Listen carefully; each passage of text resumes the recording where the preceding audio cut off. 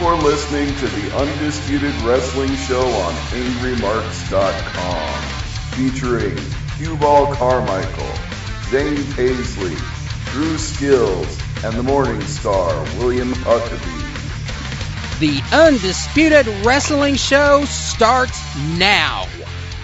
Yes, it does. The Undisputed Wrestling Show is back on. We're on the Angry Marks Podcast 2016. This is our first show. I am so happy to be back. I've been gone for 2 weeks. This is Drew Skills. I am on the line. That was our producer, Killer Kev, with his best impression of the bearded wonder, Zane Paisley. Unfortunately, he's not going to be on with us tonight. Hopefully, we'll get Will Huckabee on later. But I do have my podcasting tag team partner, the Mid-Atlantic Monster, Seabolt Carmichael, on the line with us. How you doing, baby? Hey, brother, we're cashing checks and snapping necks. It's Tuesday night at 9 p.m. on the Undisputed Wrestling Show on the Angry Marks Podcast Network. So I'm excited, brother. I am excited, too, man. We have a great show lined up. But before we get to our first guest tonight, we do have a promoter who gave me a call. I worked for this guy all last year. I was the champion of his promotion for 9 months. Great shows. We started off a little low in numbers, but we built that baby up, and we're drawing 300-400 every time now. It's a great time every time I head up to Valparaiso, Indiana, and work for Smash Mouth Pro Wrestling. We got Jeremy Seabolt on the line. He's going to give us some info about some shows he's got coming up. Jeremy, how you doing? I'm doing fabulous, gentlemen. How are you? Doing great, baby. Amazing. Doing good, brother.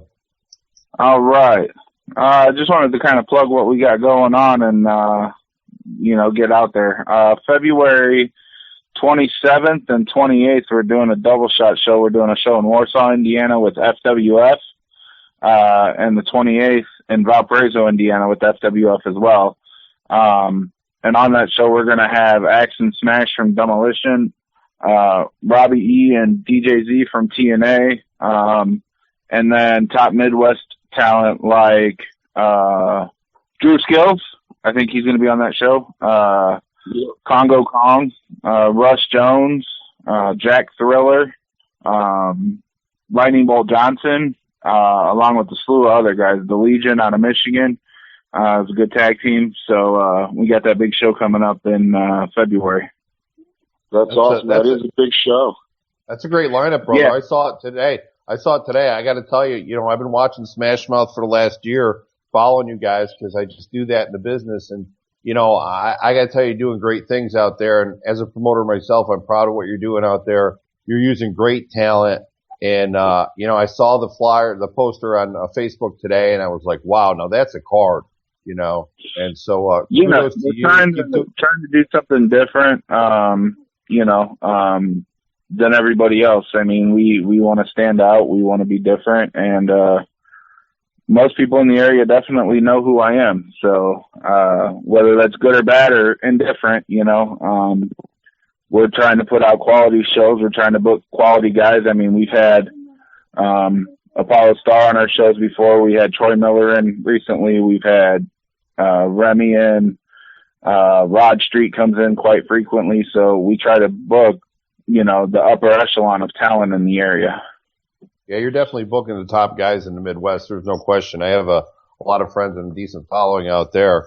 And, the Legion is a great tag team. I've wrestled both of them individually and as a tag team. You got Phil Nitro Monahan, who's a monster. And then you got Malice, who's a monster himself. I bet those guys left me bloody before. That's a great tag team. Right. Couple great guys. They got a company up in Michigan, CIW, doing good things up there. Yeah, just great guys. I love having them in my locker room. They're a great addition. They're a couple veterans, and they're very respectful, very, very, very good guys. Yeah, I booked for NWA Worldwide down here for 2 years, and I booked them every show. And they used to drive down from Michigan to North Carolina, and they like you said, they improve the quality of the locker room. They're humble, they're gentlemen. They're not egotistical. They're willing to do whatever you ask as a promoter, which as well as I do as a promoter. That's the kind of guys that you want to use. Yeah, because I've had a few guys with egos come through that don't want to do what's asked of them, don't want to do certain things, and it's like it's indie wrestling. This ain't WWE here. you know. That's it. Don't get booked again. That's what happens to you.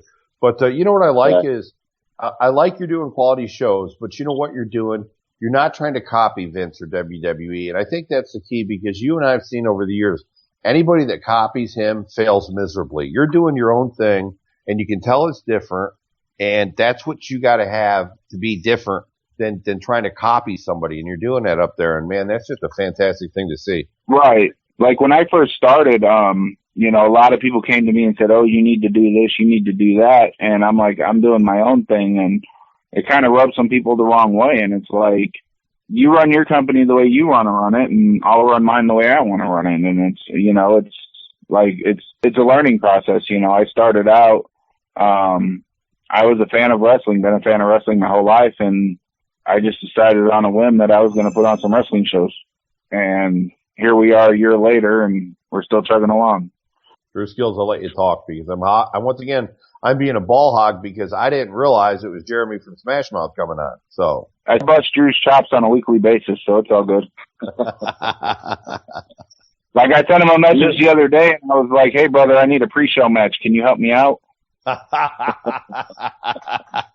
That's awesome. Seabolt. Well, I tell you what, Q, you don't have to worry about it. I'm not going to let you ball hog tonight, but I've been gone for 2 weeks. I got a lot to talk about, but somebody with a lot to talk about. Jeremy Seabolt, I saw you on Facebook. You said you just booked a huge match for April.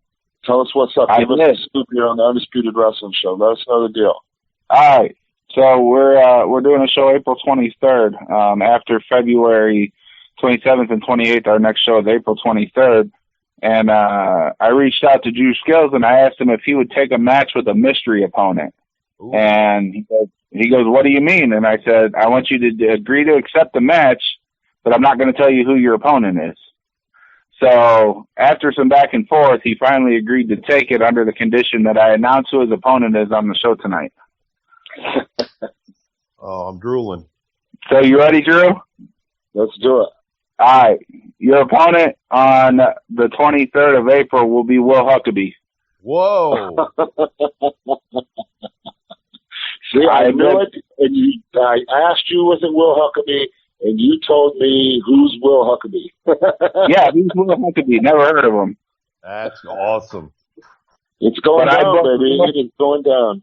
I booked Will Huckabee versus Drew Skills. I think it's a match that needs to happen.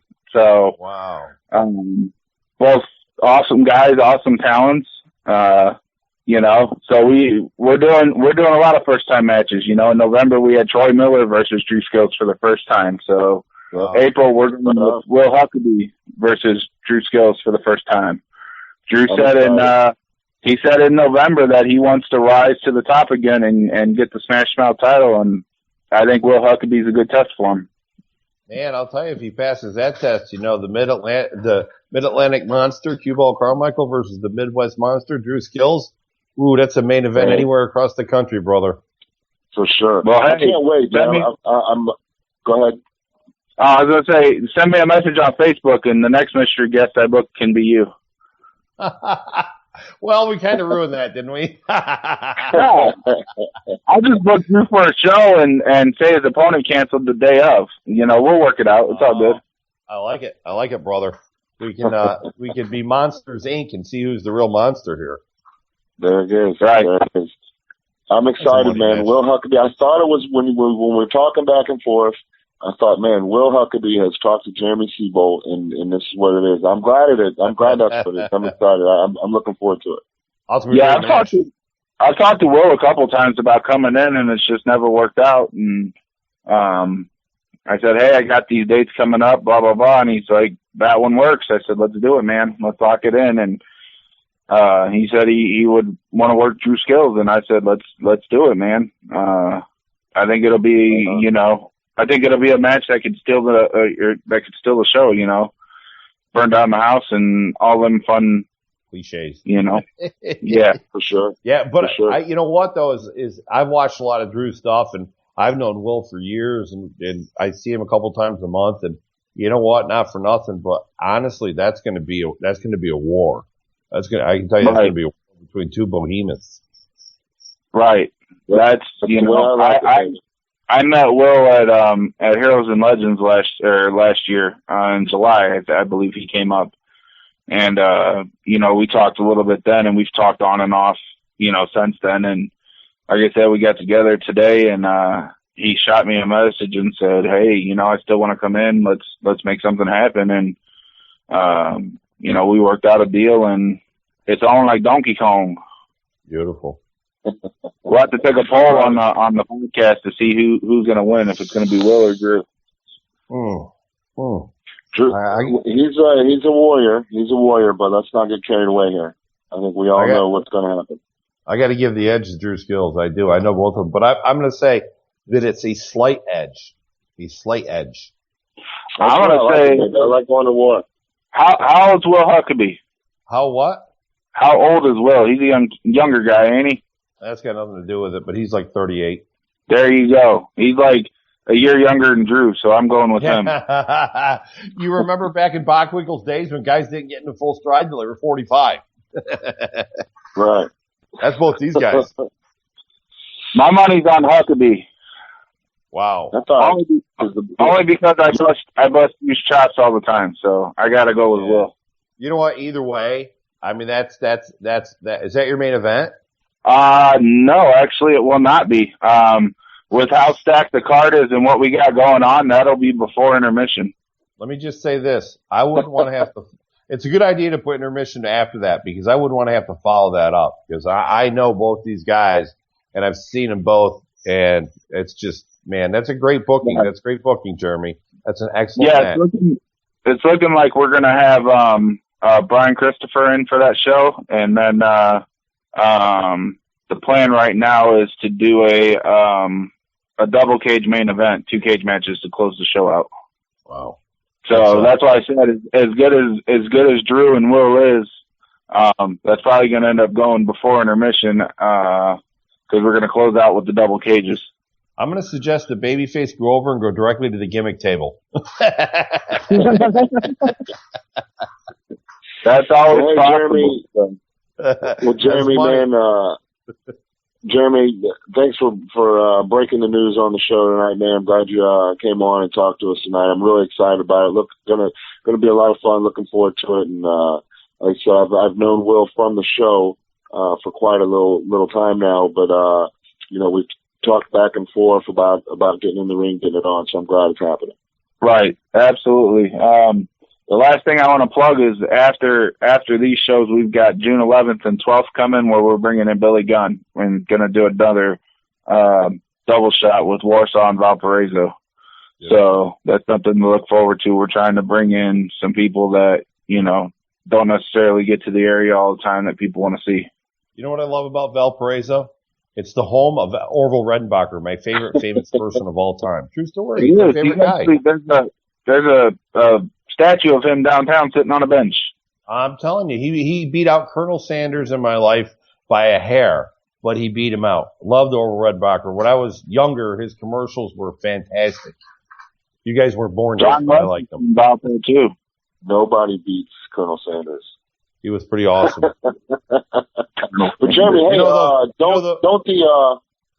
isn't Demolition? You might want to broadcast this as well. Isn't Demolition doing a seminar in February? Yes. Down in Warsaw, we're doing a seminar on the 27th. I think it starts at 3 and goes till 5. They're going to do, it's going to be a lot of talking, more so than training. But they are going to go over some stuff and tell some stories and different things like that.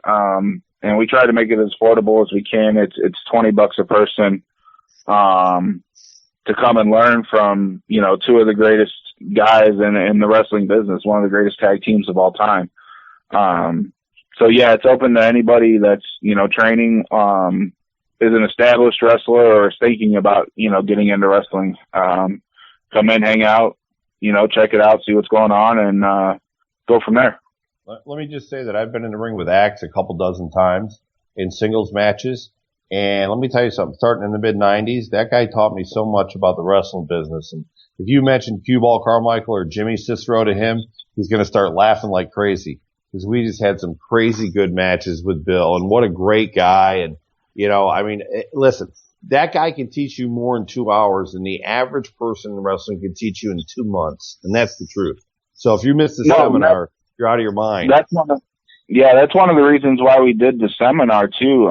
We reached out to them about doing it, and we're like, these guys have so much knowledge to pass on. I mean, it's not just a guy that was on TV for, 6 months and gone. Like, they were there. They beat Andre the Giant at WrestleMania. Like, they are legit. The knowledge they have is priceless. And, to be a young guy coming up in the business and get that opportunity is amazing. To learn from one of those guys and both of them at the same time is even better. Yeah, it's crazy. And, the thing about Bill is Axe is, anybody that sued Vince twice and won is a good guy in my book. What a learning tree Bill Eadie is to sit under. That's amazing. Oh, so good. The first time I ever used a donut hole in a match, the imaginary object was with Bill, and oh my God, dude, the crowd went nuts. It was crazy. He's like, no, just use a donut hole. I'm like, really? And he's like, yeah, I got one in my bag. Now you don't need it. And it was insane. He told me when to pull it out, when to use it, and the crowd went nuts, dude. There was like 500 people there for Steel City, and the heat was crazy because of Bill. Hey, Drew. Yep. Do you think in your match with Will you could work in the Joey Ryan crotch flip? No, I don't. Not at all. No, you'll never, ever see me do anything like it or anyone do it on a show that I'm on. Let me tell you something. If he comes to North Carolina, in my town, I'm going to shoot him in the penis with my 40 cal. There you go. Most ridiculous show I've ever saw. That and the invisible choke slam. What the hell was that? Oh my God, I went nuts. Jeez, I almost had a heart attack. That one up. I almost had a heart attack. I almost threw up my mouth and swallowed some. Actually, I did. It was horrible. How disrespectful. They just, those guys are just crapping on the business left and right. They're going for shock value. Everybody look at me. There's no intrinsic value to what they're doing. It does nothing for the business that you guys on the phone with me or Skype right now love so much. It's just another bullet in the brain of the business, and it just pisses me off. I mean, let's not talk about it. I'll go on a rant. It's ridiculous. What? Exactly. Well, exactly. Well, Jeremy, thank you for coming on, man. Appreciate you dropping the bomb. With me and Will Huckabee, it's gonna be great. All those Valparaiso popcorn eating people need to start saving their money now so they can afford their $10 ticket and watch me return to greatness. It's Smash Mouth Pro Wrestling. I hear you. I appreciate you guys having me on, and I'd like to come back maybe closer to the show if you guys would have me and see if we can get like Axe and Smash to come on, do a little plug for the show and whatnot. Sure, man. Always got an open door for you. Absolutely, brother. Doing great things up there. Keep guys. I appreciate the love, and I appreciate, getting Smash Mouth out there. And Drew Skills, I appreciate you, my man. Right on, Jeremy. I'll talk to you later, buddy. All right, guys. Thanks for having me on. I appreciate it. Anytime. Thank you. Me and Will Huckabee, too. It's going down. Drew, I feel bad. I didn't realize that was Jeremy from Smash Mouth. I've been watching that Fed, and watching it grow and do some really good things. And I think him and I are friends on Facebook, too. I hate to say that, but I can't keep up because I'm old and I've been hitting the head a lot. But, yeah, you and Huckabee, oh, my gosh, dude. Seriously, no kidding. That's great booking because you got two, what do you weigh in at, Drew? 280. That's exactly what Huckabee is. You got two 280-pound, 6-foot-plus tall professional wrestlers going at it head-to-head. Man, that's a main event anywhere in the independent world. And it's just incredible. I mean, that's a fantastic match. I'm going to look forward to seeing that one. Somebody's going to have that one put up, I'm sure. I got to check that out. That's going to be like Clash of the Titans. Really is. Really is, Cap. It's going to be a lot of fun. It's going to be a lot of fun. Yeah, you guys have a good time in there. There's no question. So, we got Damian Wayne coming up shortly. As soon as he gives me a little text here, I'll keep Killer Kev to bring him in. But, so New Year's 2016, brothers. It's another year in the wrestling business. I'm thinking it's going to be a fantastic year, both for Drew Skills and Cue Ball Carmichael, and of course Killer Kev with the show here, and the Prophet Rick Craig behind the scenes, and our buddy Zane Paisley, the Bearded Wonder, who's off tonight, and of course Will Huckabee, who pops in whenever he wants to. But I'm looking for, I'm excited about the show for 2016. I got to tell you, I got my school, which is exciting, and I got my promotion, Mid-Atlantic Wrestling League. But I'm especially excited about this show because I think what we're doing is we're showing people that there are some genuine good guys in the business who love the business, who respect each other. I mean, everybody since I've been on here has showed love and respect towards each other and true brotherhood and a passion for the business. And, I think we're setting an example across the board of, love, respect, and brotherhood. And I couldn't be prouder of having those three things put out there every show. Well, we had a great year last year. You and I joining the show at the same time. That was awesome to be able to do that. I still remember Rick asking me to be a guest host that night, coming on, and him dropping that bombshell about it being his last show and you taking over as a host. So I was super excited then. I'm still super excited now. I look forward to it. It's one of the highlights of my week, getting in the ring and then doing this with you guys and being able to talk to some guys who are professional, who came up in the business, Q long before I did, but the same way and knowing and getting it. And that's huge in this business because unfortunately nowadays there's so many people who don't get it. But, and even in the podcast game, there's so many podcasts out there that are just, wanting to talk bad about the current product and how they could change the world and make it so much better. But this one is so grounded in the traditions of pro wrestling. And just like you said, putting over some of the good promotions that are out there. The indie business is coming up. Like it is. We talk about every week, man. There's so many shows that are doing 300, 400, 500 plus, and I can't tell you. I know Q, but that is such a big difference in what it was. I unfortunately I wasn't on the show last week, but I've listened to it, of course, and Michael Eldrin touched on it as well. The Indies is thriving. Just not too long ago, I'd go to a show and you'd be hoping for 100 people, but now most shows I go to 100 people is a huge letdown because most of them are drawing so much better now. But I'm looking forward to it. We're only going to bigger and better things, man. 2016, the future's definitely bright. Well, and there's I'm going to get the name wrong, but a friend of mine owns it, so I feel bad. I think it's like XPW or something, or CX1 or something in New York that draws 1,000 to 2,000. There's Omega down here which draws 1,000, and our buddy, what's his name there? That Hawks guy down in Louisiana. What's his name?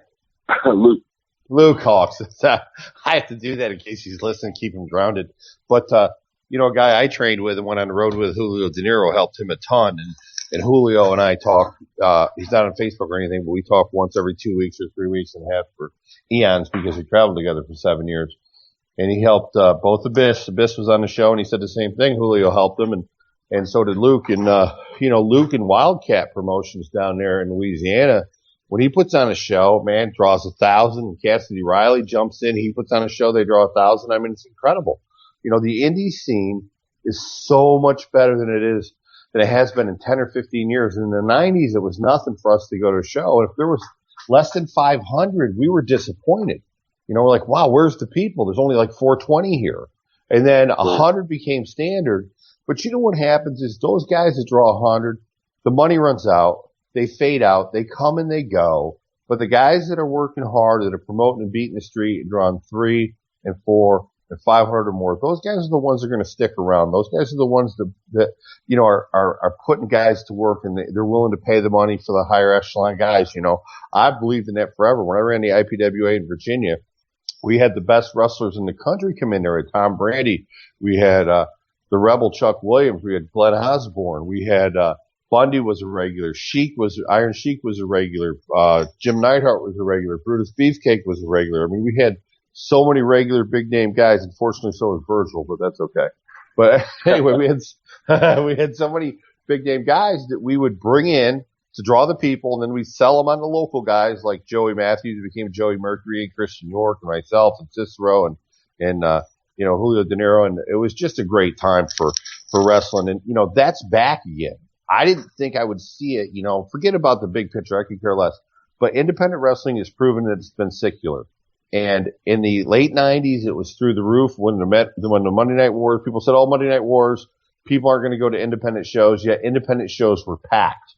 Today, you have more major feds popping up. TNA's become a wrestling show since my buddy James Helm's been there, and back to a wrestling show, which is great. WWE does their thing. NXT, I think, is awesome. We got Jeff Jarrett's group. So what's happening is, as those bigger groups rise, just like it was in the late 90s, the smaller indie groups are doing better and better and better because wrestling fans pretty much are wrestling fans. People say there's indie fans and there's not.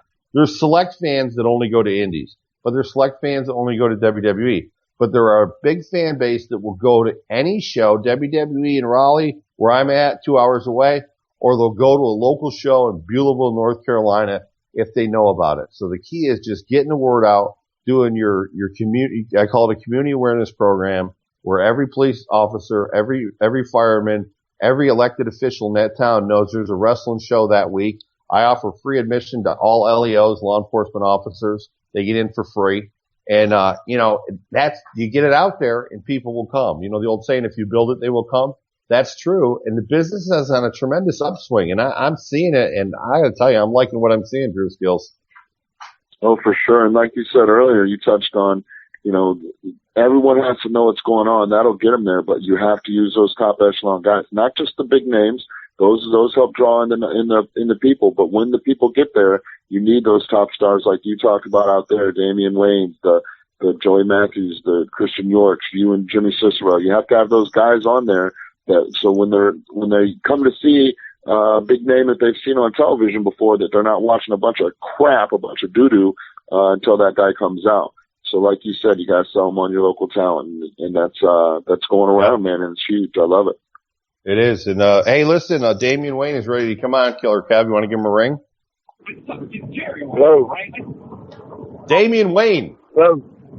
The Mid-Atlantic Badass. What's up, buddy? It's Cue Ball Carmichael, the Mid-Atlantic Monster, and we got on here my buddy Drew Skills, who's out of Indianapolis, Indiana, who's known as the Midwest Monster. So we got Monsters Inc. going on tonight. How you doing, pal? I'm doing good. How you doing there, Drew? Pleasure to meet you, buddy. Pleasure to meet you as well. I've heard a lot about you, of course, doing this show weekly with Cue Ball and then following the scene out there, man, through social media and stuff. I'm glad to meet you. I appreciate it, buddy. Just trying to live that dream like all of us. For sure, bro. Damien, I just wanted to say congratulations, man. You were named AIWF, Allied Independent Wrestling Federation, which I am a member of, Wrestler of the Year. Congratulations, brother. I appreciate it.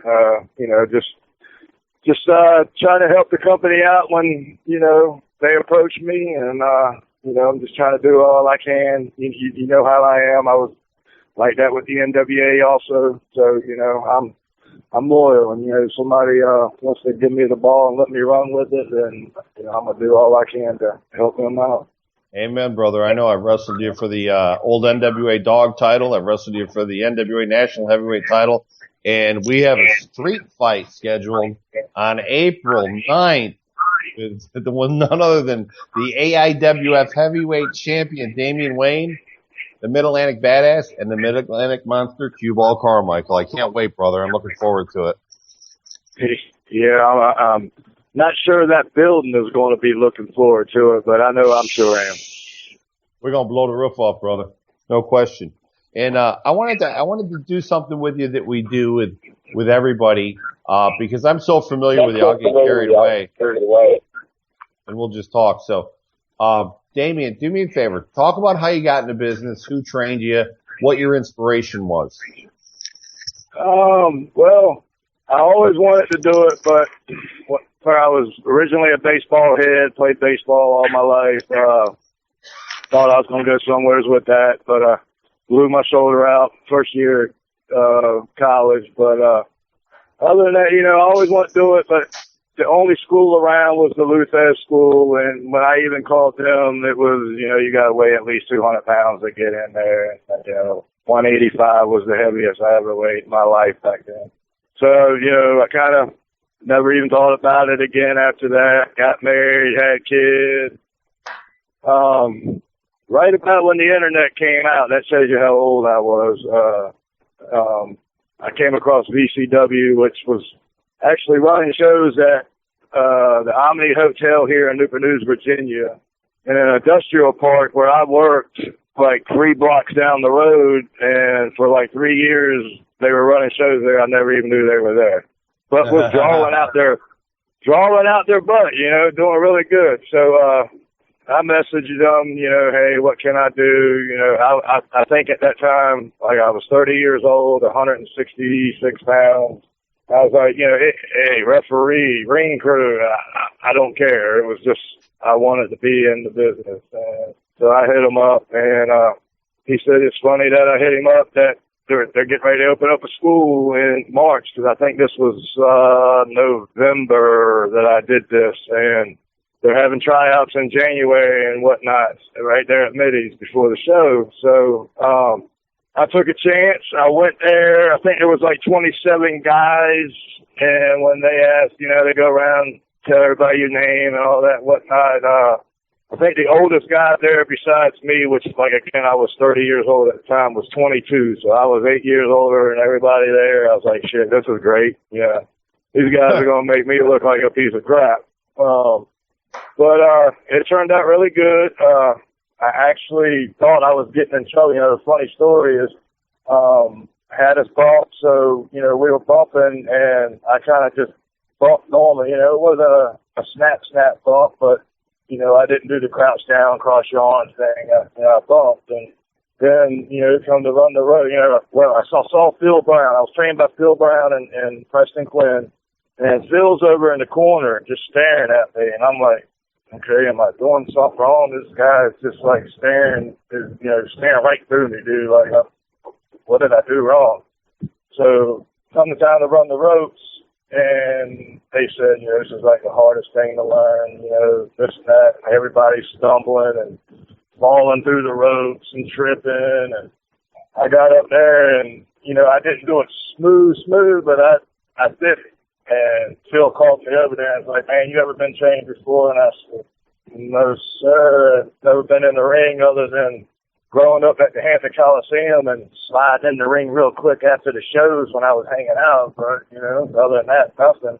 He was like, you look like you've been doing this for like 10, 15 years. And I was like, no, ain't never did it. So that made me feel good. So that made me build my confidence. So went through the first night of class. And, you know, it was history from there. I can say this, that first night of class, there was 27, 28 of us. And again, that 22-year-old guy at the tryouts was the next oldest to me, and I was the only one to make it out of the initial 27 guys. So that definitely made me feel good there. Well, you definitely you earned it. If nobody knows Phil Brown is sort of an imposing figure at 6'2", 270 pounds, cut out of stone, black as coal bodybuilder who's got eyes that will glaze right through you. So, yeah, Phil's an intimidating guy. You know, I broke Phil in, and when I broke Phil in, and him and I wrestled at Middy's too, but I broke Phil in when he was new. And, just such a pleasure to work with, and such a humble guy and a good guy. And, you know, he's like, oh man, remember we worked probably 2 or 3 times. He's like, I can never repay you. I said, all I ask you to do is pay it forward. You know, you train so you break somebody else in, you know, like I broke you in, and that's all I ask. And every guy I've broke in, from Snitsky to Phil, I've said the same thing. I've just said, you know, pay it forward, take a guy, break him in the right way, treat him right, respect him. You know, and I got to tell you, you know, Damien and I have wrestled each other a bunch of times, and he's a true athlete, because there's nothing like seeing him after we've gone 15 minutes and we just beat the living tar out of each other, because we work really tight together. And he goes out on the outside and he jumps up from the ring to the top rope and comes off with that elbow. It's like watching a 747 crash down on your chest. So, it's a good move. But, you know, you can tell you were an athlete. And, you know, I think the common thing amongst most guys, and I'm not kissing your ass because I plan on beating April 9th. So, you know, the thing is that if you'd have gotten the business 10 years earlier, you probably would have been a champion at a major federation. There's no question. I mean, your skill and your humbleness and your professionalness, it's just, you know, it's top notch, brother, top notch. Well, it's like I, you know, posted earlier on a comment that Jack Lord posted up there. And I just told him, you know, I just always try to do it the right way.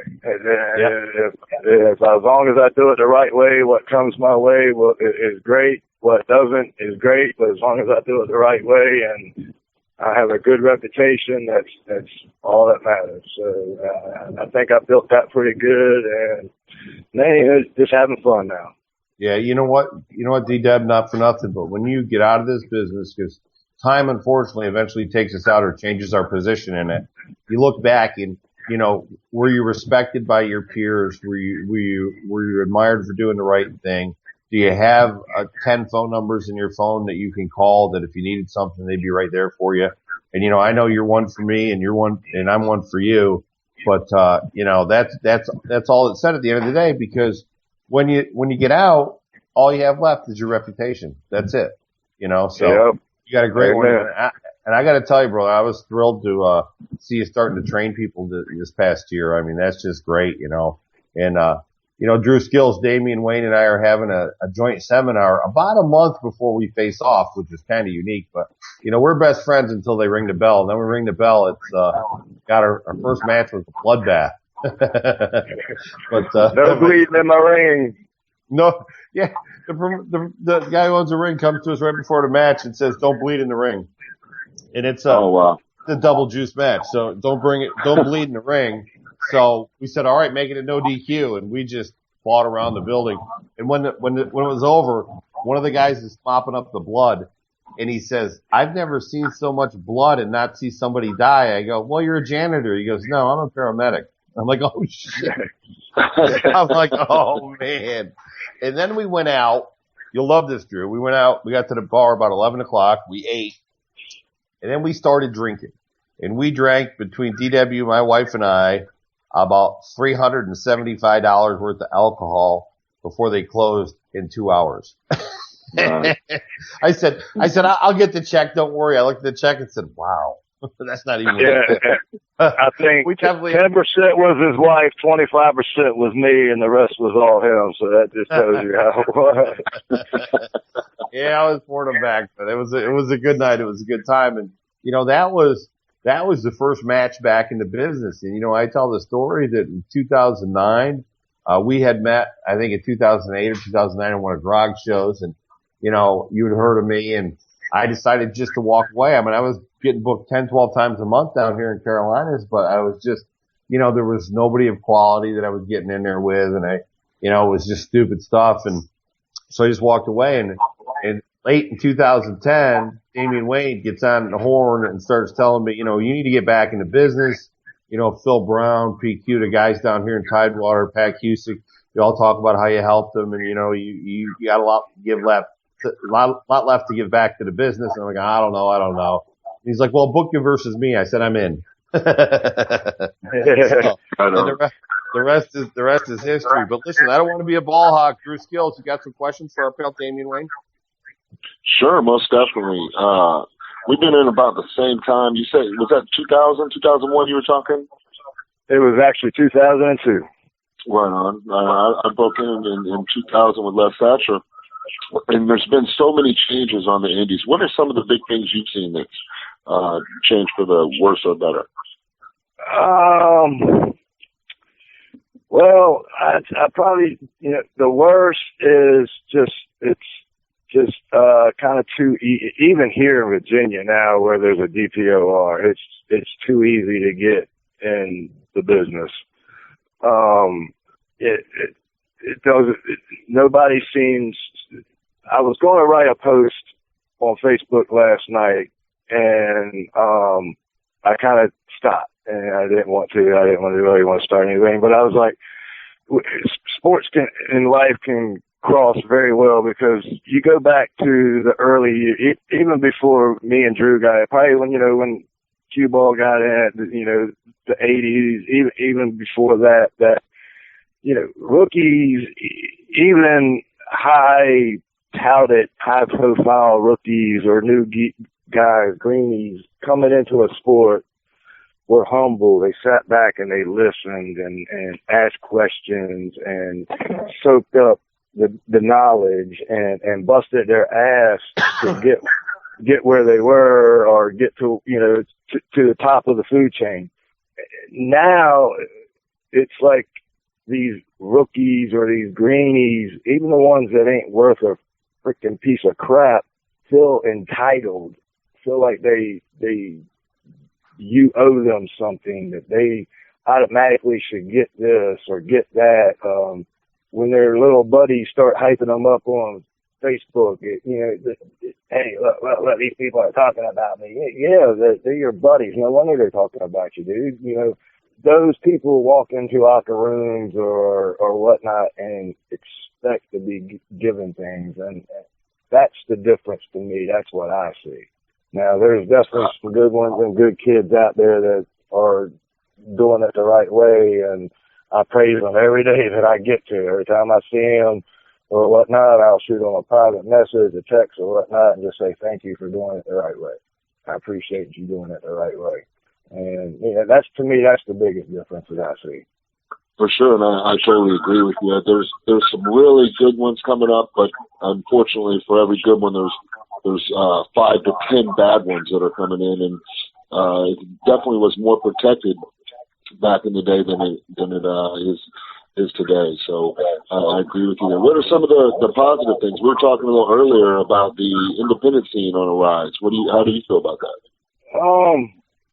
I feel that there's slowly starting to be more quality places to work, more people who are really starting to see that quality over quantity it goes a long way. And so I know, me personally, I can say, like, in the last 3 to 4 years that almost no matter where I got booked, unless it was like a little, local place here or something here where I put myself in a position to work with a young guy so I can help him out. But all my other places, I've had the honor and the privilege to be able to step in the ring with guys that are freaking out of this world. So it definitely makes my job a whole lot easier. But I also learn at the same time, because the guys I'm getting in there with are top notch and know what they're doing, and that's what I see, is there's more of these places around than there used to be. It was watered down and drained, and no matter where you went, you were getting a crappy match or something along that line. But lately, last few years, I've seen it's either the bookers are being smarter or there's just that much more better talent out there. Either one of the two. Well, I think I agree with you, and I think it's a little bit of a combination of both. And I think a lot of that's because promoters are using bookers more instead of just randomly putting on what they want to see with no rhyme or reason. And as well as some of these promotions that are coming up are ran by guys that were workers or are still workers. So they get it. And I think that's a lot of the change that's going on now. I know you and Q got some great stories, so I'm going to pass it back to Q and sit back and listen for a little bit.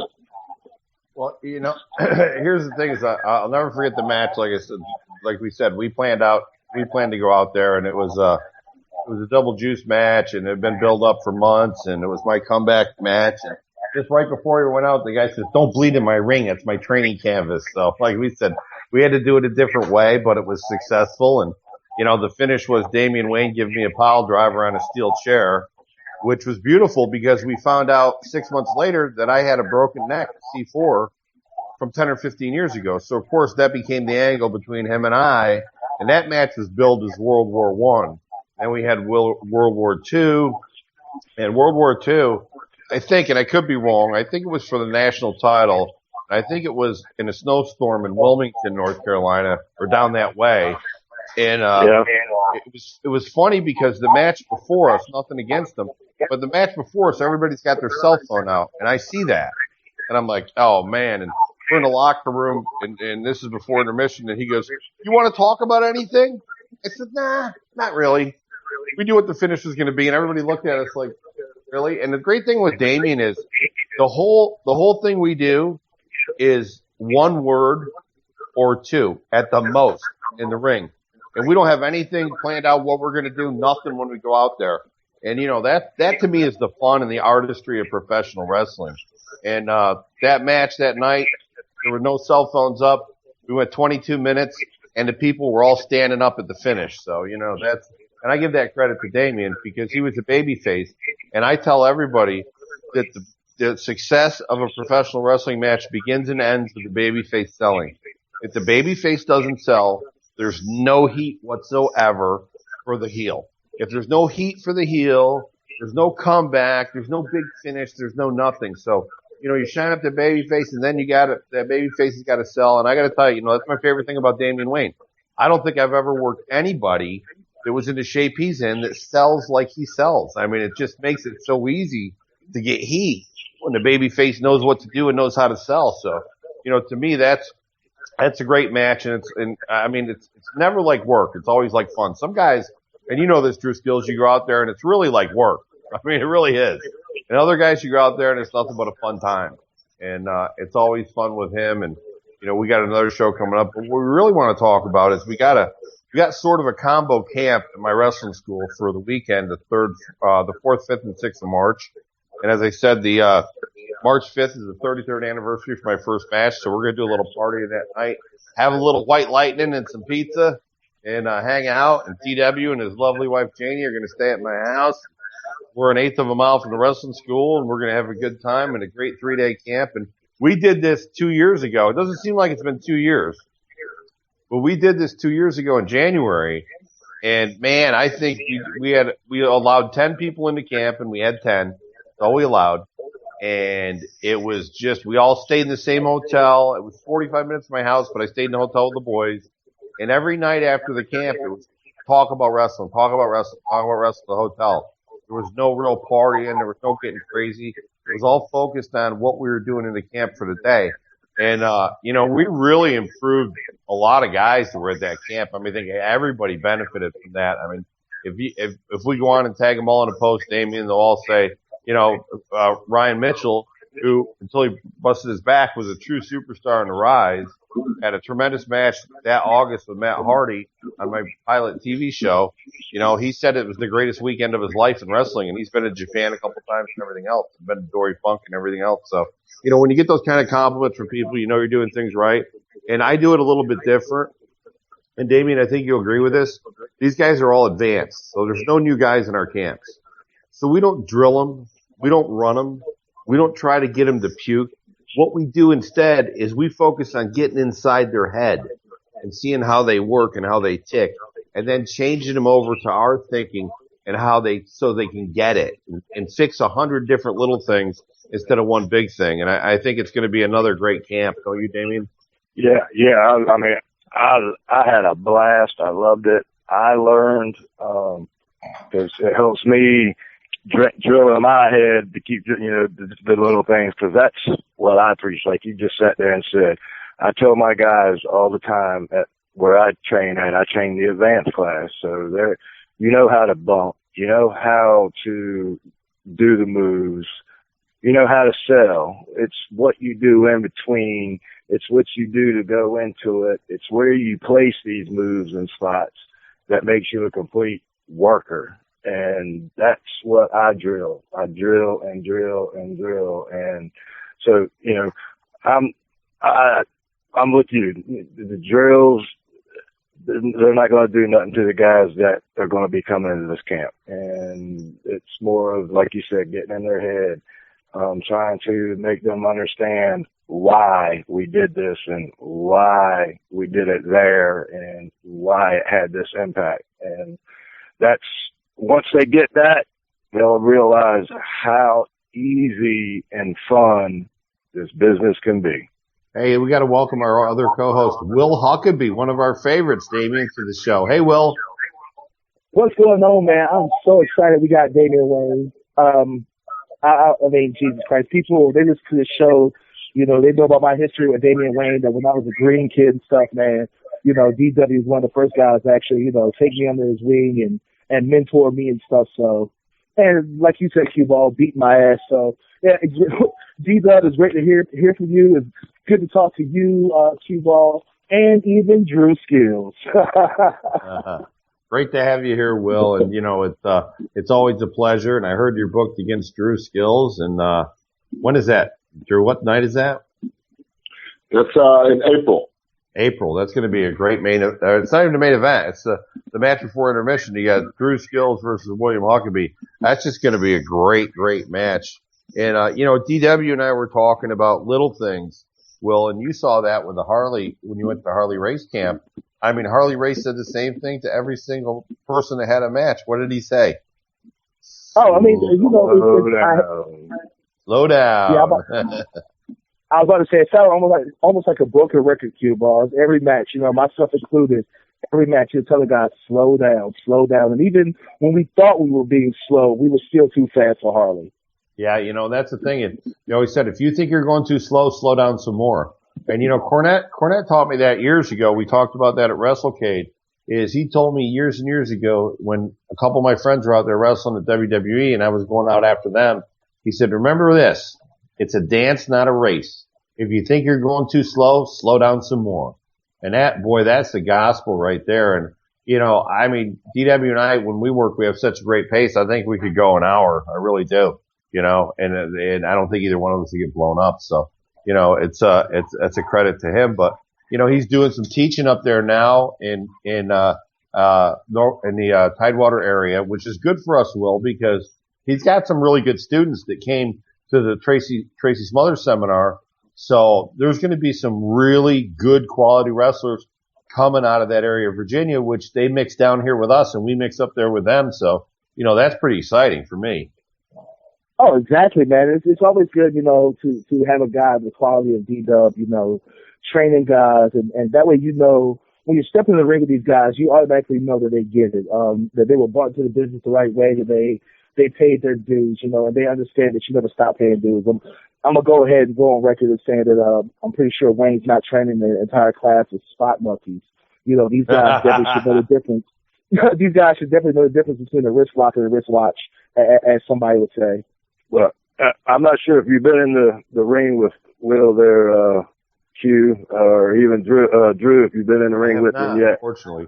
Well, you know, he's right there with us. I can tell you that. He's a guy that I can get to the building.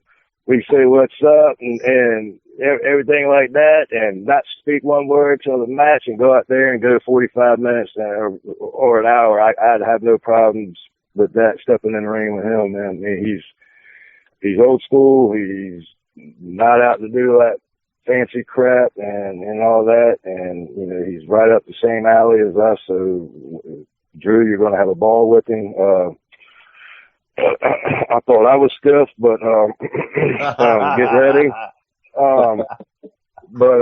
Yeah, you'll have a ball with him, and, you know, he's busted. I could say if anybody's ever took advice from me and ran with it, it's Will. Every time he's ever asked me, I always said, go, get on the road, go. And you know, damn if him and Joe Black ain't out there busting their ass, I would definitely give them credit on that. They are busting their tail trying to make their names and make towns, and people are noticing, and so he's doing his job. He's definitely doing that. Will, where were you? I hate to bring it up, but where were you when you lost the title? Oregon or Washington State, weren't you? I was in Oregon. I lost it to Bad Blood and stuff, and a really good match, you know. Yeah. And here's the important thing, is you went 3,000 miles across the country for a wrestling match. That's what DW is talking about. That's a commitment, and that's a guy that wants it. And I told you, you know, I hadn't had the pleasure of seeing you in the ring in about 3 years because I was always in the locker room. And at Carino's show, I was able to sit out in the crowd and I watched you. And what I do, I came back and said, wow, brother, holy crap, what an improvement in 3 years. Unbelievable. I mean, it wasn't that you were bad 3 years ago, but the difference was night and day because I saw the little things. And, you know, I focus on this. a wrestling move is a means to an end. That's all it is. Everything else is bullshit and white noise. People don't pay to see moves. They pay to see the finish, number one. And number two is they want to get emotionally invested. And you don't get them emotionally invested with moves. You get them emotionally invested with transitions, the time between the moves, and the psychology of what you're doing and the order of what you're doing and telling the story. That's the only way you get people emotionally invested. And I saw that from you that night, and I tell you, I couldn't have been prouder, brother, because you did it. Well, thank you. You know, I'm gonna go on record to say this, man. Like, I guess I'm gonna say, in my opinion, I wasn't one of those. I was definitely one of those guys who was definitely trying to get his shit in and stuff. And I went down to Texas for the New Japan NWA tryout / seminar and stuff. And it wasn't until I got the compliments from D-Dub and his partner Lance Erickson, and I think Dub knows the situation I'm talking about, where everybody else got to do a match in front of the president of New Japan but myself. And Dub was like, man, F that, get in the ring, man. Like, look, if you get in the ring, you show what you got. I'm definitely sure they're going to be impressed with a guy your size that can move. And it was at that moment right there that I realized that I had it, you know, and it gave me the confidence to go out and travel and not be afraid to step out on my own. So a lot of the success I have right now, I owe to Dub. I just told you, you took the advice and ran with it. You're the one doing the hard work, buddy. You don't know the shit to me. You know, it's like when he lost the belt to you, we haven't spoken in a while, and I hit him up real fast. And I was like, what the fuck are they doing? I don't know if I can cuss, excuse me. I was like, what the hell are they doing taking the belt off you, dude? You freaking busting your ass, going all over the place, and, you know, giving it, you know, like we said, the guy makes the belt, and he's freaking making that belt, and he was like, it's all right, Dub. It's all right, man. He's taking it to Germany. I was like, yeah, well, okay, well, they better be noticing your ass because you're doing something. Well, here's the thing with Huck, is he doesn't need a belt to get over anymore. You know, maybe at one time he did, but he doesn't need that because he's traveled. He defended that belt for a year. His reputation is out there. He gets it. He can work. It's just like you. It wouldn't matter if you have a belt or not. I mean, I don't mean to be facetious, but it wouldn't, because you don't need a belt to get over. What you do and what Will did is you elevate that belt to a level that sets a standard. You know, it's like guys that book a show. Guys either book a show down to a price or they book it up to a standard. If you look at my last show and the guys that were in the locker room, PW, I mean, that was a top-notch, top star of Eastern North Carolina wrestling. And it wasn't everybody, because I would like to have Huck in there. But if you look at Phil Brown and Lou Marconi and Mark Burr and yourself and, you know, the Ciceros and the Denny's and everybody that was in that locker room, Pat Cusick, I mean, Bobby Wolford, Chris Taylor that came down from Pittsburgh. I mean, that was a top-notch locker room, and sure, it was a benefit for Buddy's grandkids, but that's the same type of locker room I book on every single show, because I book my show up to a standard, not down to a price, and people have to understand that. When you book talent, you pay for talent. When you book shit, you pay shit for shit, and people don't get that. You want to get Will Huckabee to come out there, you got to pay him. You want to get Damian Wayne to come out there, you got to pay him. You want Q-Ball out there, you got to pay him twice what you pay those two other guys.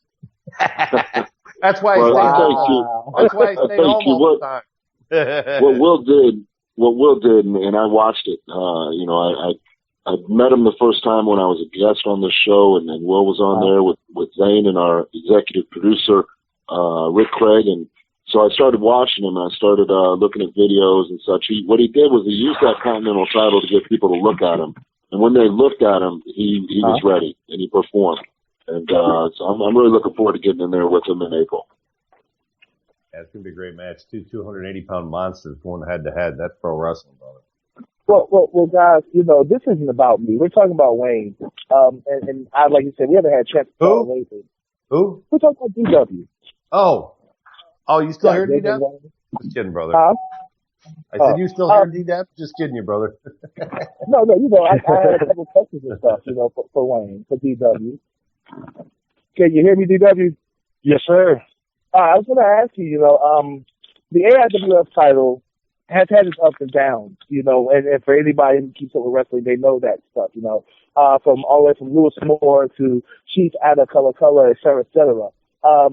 What are you doing to elevate that title to the next level? He's strapping around his waist. Well, there's a difference between conceited incompetence, and I don't want this coming off as being conceited. It's just, I have the confidence that I can do this. And I just feel like, me personally, my character is believable. What I do in the ring is believable. I come off as believable. I get told all the time, just out in public, you look like one of them wrestler dudes, just that. So to me, it feels like I can bring the complete package of bringing respectability to any belt I get. And again, I don't want it to sound like I'm being Mr. Big-Headed, but I busted my ass when I was the dog champion to try to make that belt mean that I went everywhere I could go. I asked every booker and promoter that booked me, can I defend the belt? Can I defend the belt? And then the people that I was getting the opportunity to work also is the main thing. I mean, when I got the national title, my first defense was against Will and Smoky Mountain. So it's when I can do that and bring that to a belt and try to bring respectability to a belt, then, I'm going to do it. Like I said, if they're going to give me the ball and let me run with it, and they got the trust and faith in me, then I'm going to bust my freaking tail to do whatever I can for that company and put them over as much as I can, and just bring respect to that. Any belt I get. Like, not saying that nobody else can do it. I feel like I'm confident in my ability to do that, and when they give me that chance to do it, then I run with it. Well, I've seen that, and I'll give Will the same compliment. And I've always said this, DW, that. I said, the belt doesn't elevate the guy elevates the belt. And that's the truest statement you'll ever find, whether it's Drew Skills having the what is that, Hall of Legends and Heroes belt you've had for 1,000 days, or whether it's Heroes and Legends for 1,000 days, where it's Damian Wayne in his NWA, national championship run, or his NWA dog title run, or his AIWF title. And I don't know if you know, but Damien was named the AIWF Wrestler of the Year today. So that's fantastic. I'm sorry, guys. I'm here. I just said Damien was named the AIWF Wrestler of the Year today. I seen that on Facebook, man. I was going to, after the podcast was over with, somebody was going to send me congratulations and stuff, man. It's there's a huge number of guys in the AIWF and stuff, and for him to be considered Wrestler of the Year, which he should be as their main champion, that's still a huge accomplishment. Well, there was a vote taken amongst the promoters, and it was unanimous. I mean, it was a landslide that it was Damien. So, that tells you. But, this guy's brought credibility to every title that he's held. And like I said, I'm going to beat the shit out of him on April 9th in a street fight. So, and I'm sure I'm going to get some of that back too, but I'm just saying. Well, so, I'm not kissing his butt, but I'm telling you, the guy elevates belts, just, brings them up to the next level, just like you did with that Continental title. And then you pass it to a guy and you hope that they can do the same thing for you. But I think what I like that I've seen a lot with DW doing, and I think I've seen you do it, Will, too, is working with the younger guys and help bringing them along. And, when I got in the business, there was no other younger guys. I was the guy because nobody else survived training for the previous 2 years. So when I started in Hawaii, I was the only green guy. So every guy I worked every show was a veteran. And once they realized I wasn't going to quit beating the crap out of me after 6 weeks, every guy I got in the ring with tried to help bring me along, because that's what you did with a young boy, because that's what they called us at the time. When you had a young boy, your job was to bring them along, not beat the crap out of them. That was the first 6 weeks of training. If they made it through that and they graduated training, your job was to bring them along.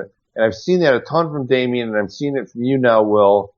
And Drew, I'm sure you're doing it some out there, but I'm seeing you work a lot of main event guys. But, we work these younger guys, and our goal is, as far as I'm concerned, at my age, I'd put them over.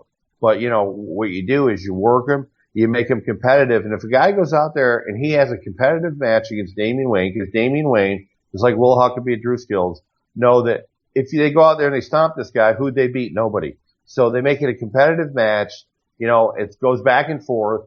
and finally the champ goes over. But then people look at this young boy totally different, like, wow, this guy pushed the champ to the limit, and that brings him up a notch amongst the other guys in the locker room. And that's how you bring guys along. And, I haven't seen it in a long time, but I've seen it with you guys. And, for me, when I see that, I go back to like 1983 or 84, and I'm like, wow, that's exactly how it was. But that's how it's supposed to be. Well, you know what, Q? You hit that on the head, Q. It's like, I know my job. I know what I'm supposed to do, champion or not champion, no matter where I go. I'm going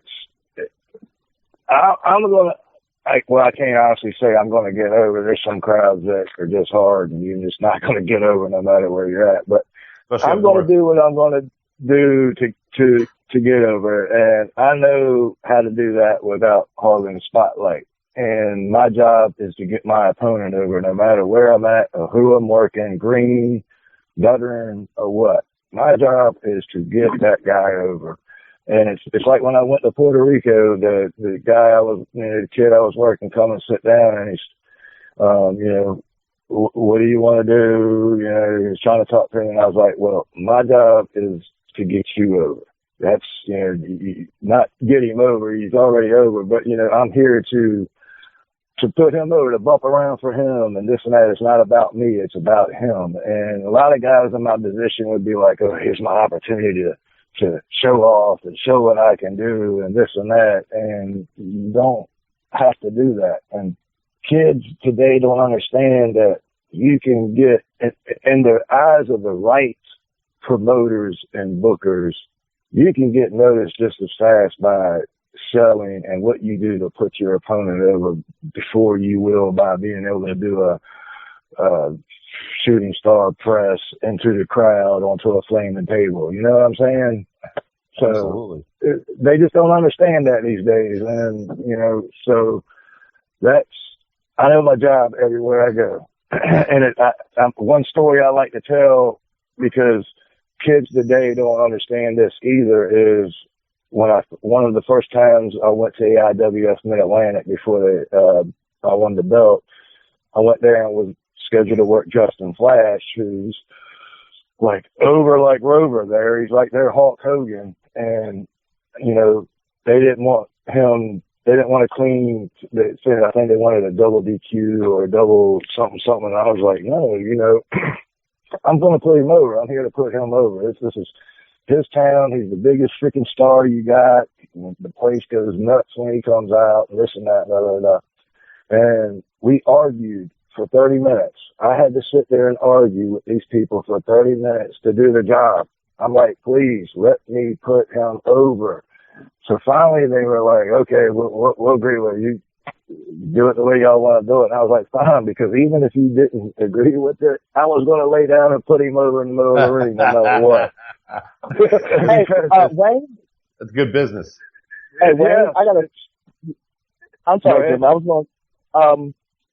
got one more thing I got to ask you and stuff. And I think, Drew, you'll love this story. Because you brought up the subject, Wayne, about, guys nowadays not understanding, psychology and how to get guys over and stuff.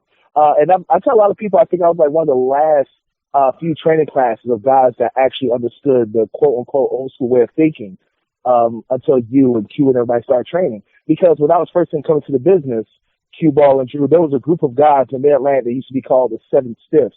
And they were kind of like, the Mid-Atlantic version of the boogeyman.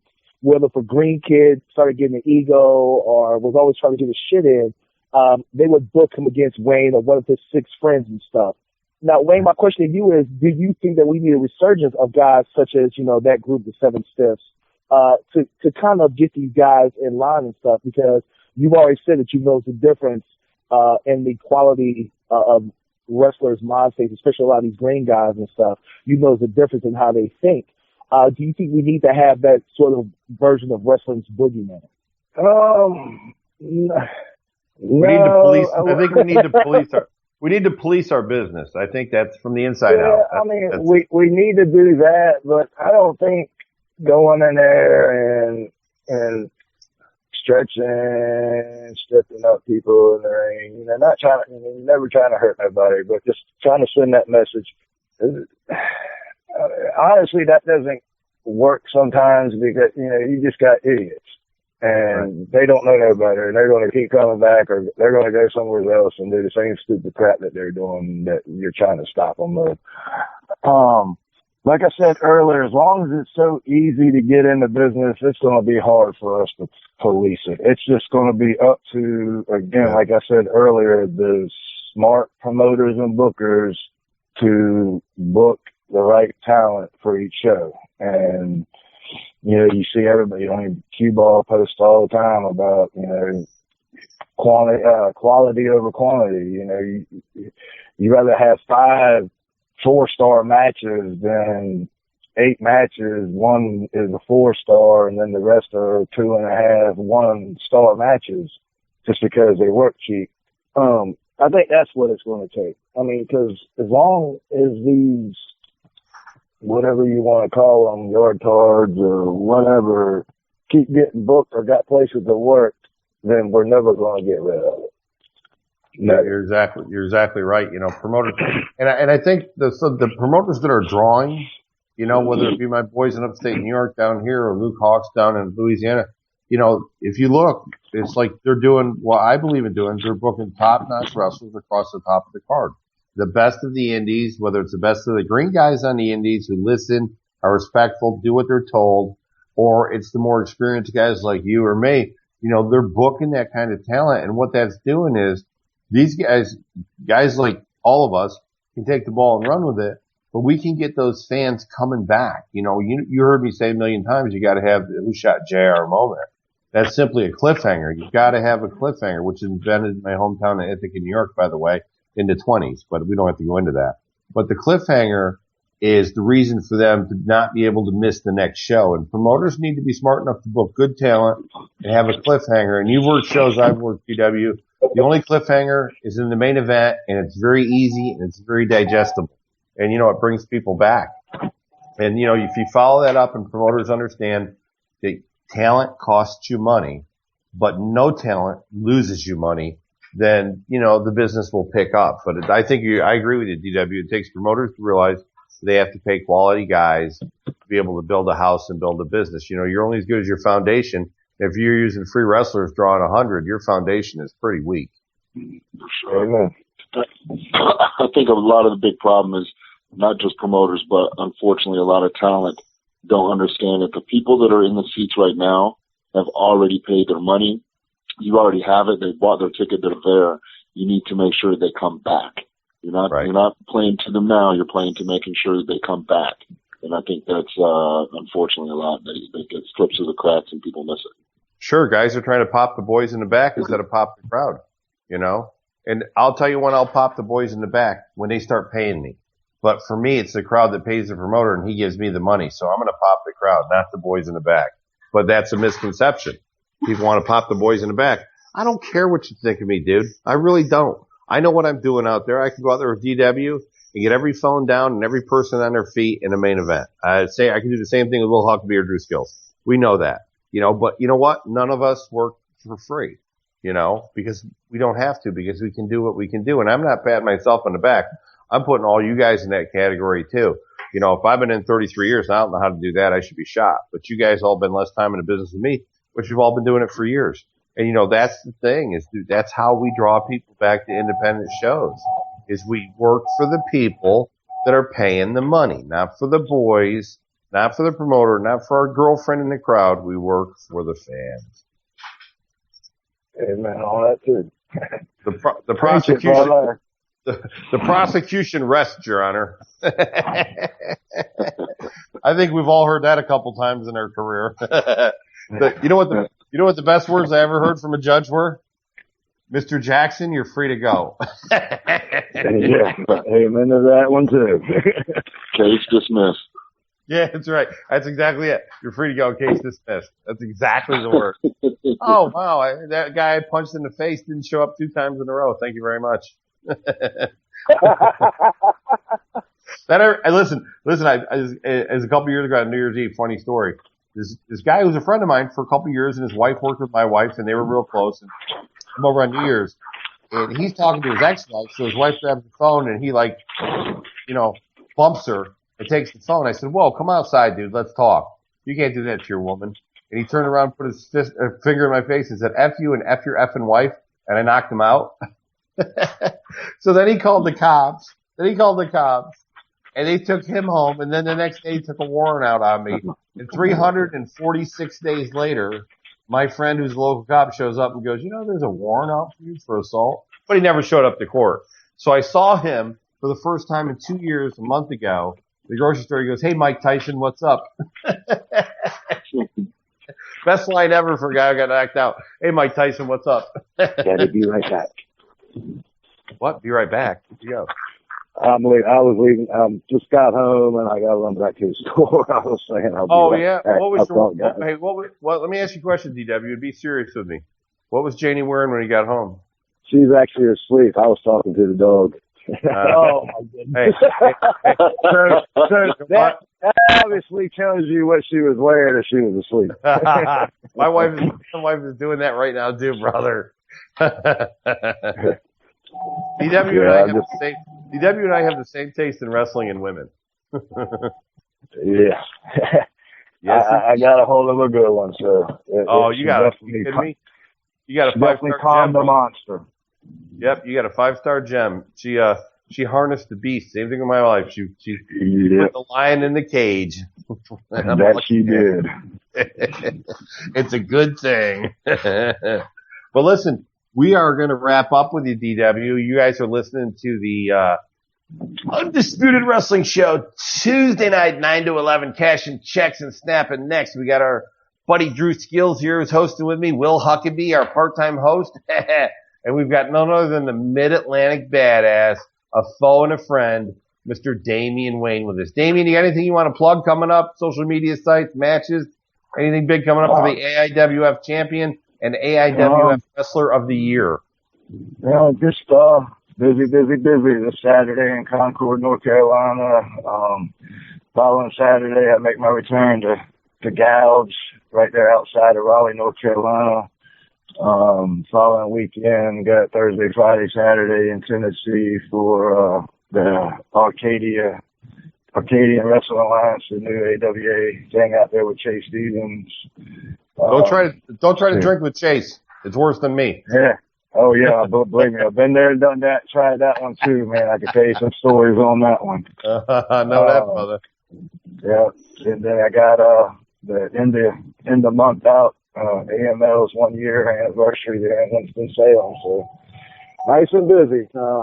Trying to keep this old man young and alive and just trying to have fun now. Yeah, you are young behind your years. Want to plug your social media sites real quick?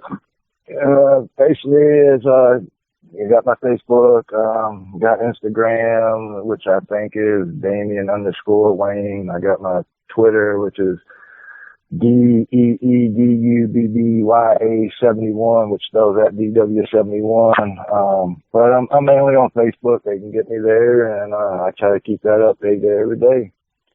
Beautiful, brother. Listen, I look forward to seeing you, and I'll see you soon. But I'm sure I'll see you before that. But I'll see you the first week of March for our camp. That's the 4th, 5th, and 6th of March.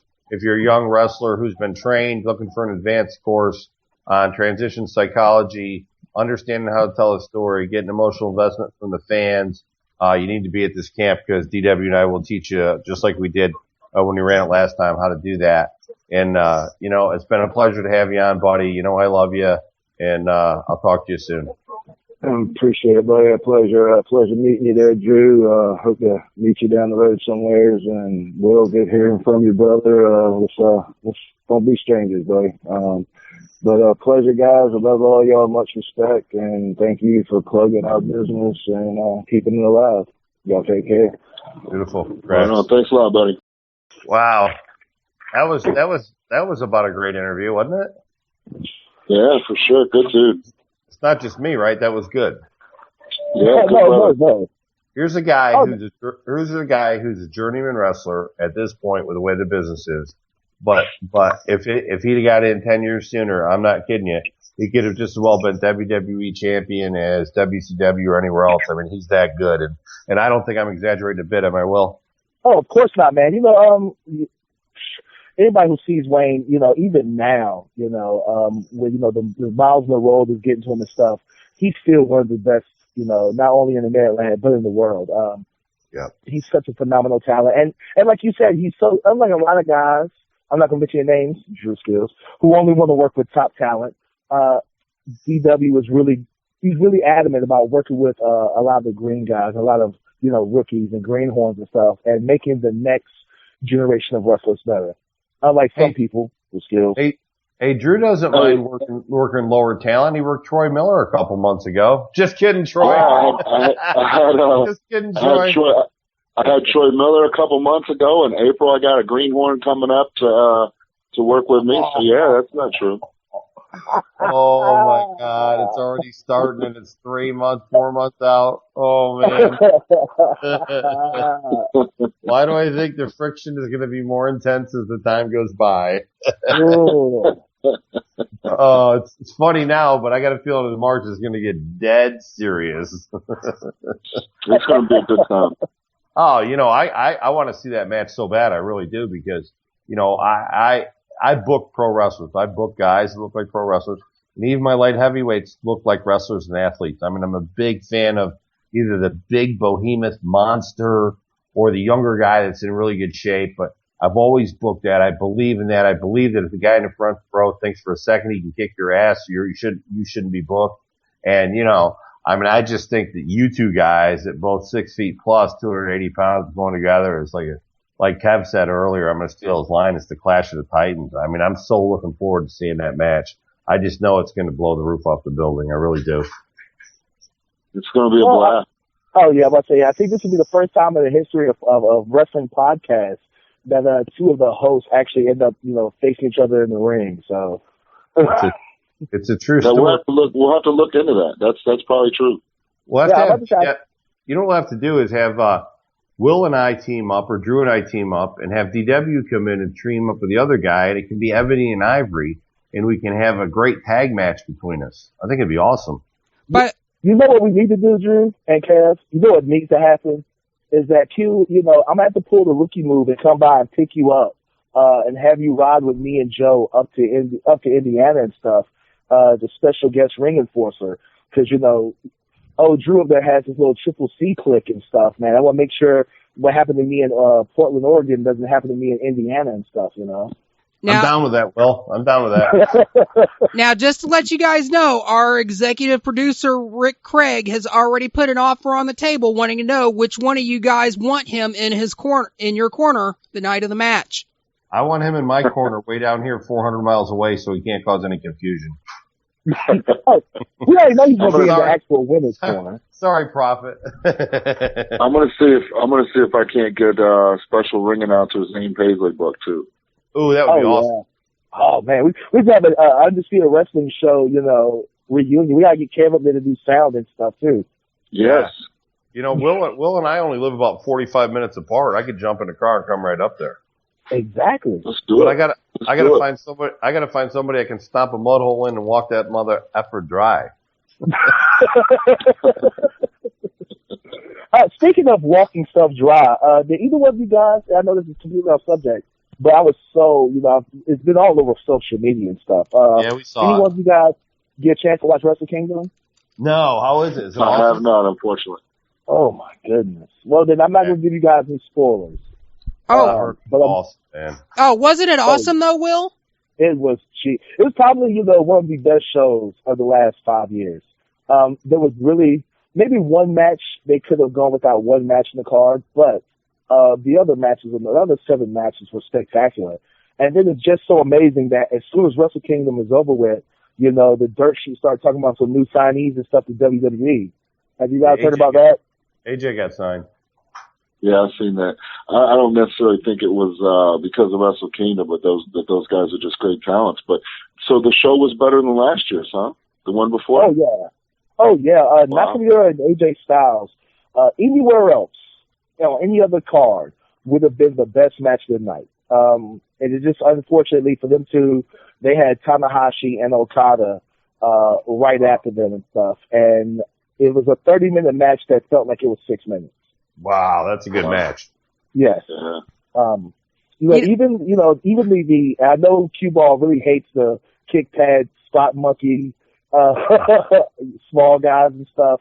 But even in the opening match, the 4-way tag team, junior heavyweight tag team title match was actually really good. It was very hard hitting, like Cue Ball likes it and stuff. Some psychology, some spots was gratuitous spots and stuff. But overall, it was a really good match. Will, you'd be surprised to find out that I'm a huge Jushin Thunder Liger mark. Who is the Liger mark? But I'm just saying, he's done some of that crazy stuff before everybody else did. And you know what? For the smaller guys, I think there needs to be a match on a big card that does that. I really do. Well, I'll tell you what, Q, the pre-show Battle Royal was actually very entertaining. They had, for making his New Japan Japanese debut, was Cheeseburger Eddie from ROH. They brought back a lot of old school. Cheeseburger was on the Battle Royal for New Japan on Wrestle Kingdom. He was on the actual pre-match Battle Royal. But they brought back a lot of old school Japanese wrestlers for this Battle Royal. The great Kabuki was on there, Liger. I love Kabuki. Yes. He was a scary sumbitch in world class. Say that again? He was a scary sumbitch back in world class. And just as scary now. Wow. Just as scary now. But the pre-show Battle Royal had that real good nostalgic feeling to it, where they brought back a lot of the old school Japanese guys and stuff, and then they threw in some newer guys like Kojima and Tenzan, and like I said, they had Cheeseburger on the show. They had Haku. They brought back Haku, which was amazing. Wow. That was like one of those Royal Rumble moments where you're like, what in the world? Yeah, and then it was like one of those Royal Rumble moments when he got submitted in 30 seconds. Yeah. Who submitted him? It honestly, it happened so fast, I didn't even see who did it. You know what Haku Was it his says? son? You know what No. You know what Haku says? We don't get paid by the hour here. Then they also brought back Sakuraba. And he looked good in there for about a minute until Kabuki threw the mist in his eyes and then got disqualified. Beautiful. It was a fun battle. How was last week's guest, Michael Elgin? Oh, he was great. Oh, as far as on the Wrestle Kingdom show. In my opinion, Michael Elgin is a phenomenal talent. He's one of the most agile big men in professional wrestling, period. You know what I'm saying? He's one of the guys I look up to. I didn't feel that on a show of that magnitude, mentally, I don't think he was into it. There just wasn't a lot of emotion in their match. You would think that in a match, you're in the Tokyo Dome, which is something that every professional wrestler who knows his shit, they dream of wrestling in the Tokyo Dome. They dream about wrestling on Wrestle Kingdom, for those 60, 70,000 people. And, him and Jay Lethal had a very good match technically, if that's a good way to put it, in my opinion. But emotionally, it just wasn't there. They could have done a whole lot less if, like Q-Ball said, they would have lived in the transitions instead of living in the moves. It would have been a way better match. Personally for me, I thought the match was really good. I just did not care for that fuck finish at all. Did a fuck finish? Yeah, basically, Truth Martini threw the Book of Truth into the ring, and referee got involved with trying to get Martini out, and Jay Lethal used it to clock Bennett to get the win. Can we swear on this show? Yeah, we're rated R, X, Y, and Z. Are you fucking Q, we've had Rip this whole Rogers time? on the show. This whole time I've been a good guy. I could have been fucking swearing. Hey, Q. He's obviously not heard the Rip Rogers episode. Exactly. Like I guess host on that one. That one was great. I said we've had Rip Rogers up here. Like, trust me. Like, there's nothing you can never in your wildest imagination drop as many F-bombs as Rip Rogers did that night. Hey Drew. I didn't get to tell you about WrestleCade, right? Right. You know what that is. I'm standing there and I'm talking to Bobby Fulton, who was on the show a couple weeks before and was outstanding, I thought. And Bill Dundee comes up and I'm talking to him and we're in front of Gary Michael Capetta's table and he starts talking. So there's me talking to superstar Bill Dundee, Gary Michael Capetta, and Bobby Fulton of the Fantastics standing there going, I hope somebody gets a picture of this. Right. I was like, dang, man. But I got to hang out with my boy Dallas Page for a little while, which was awesome. So I get to see him. So it was great.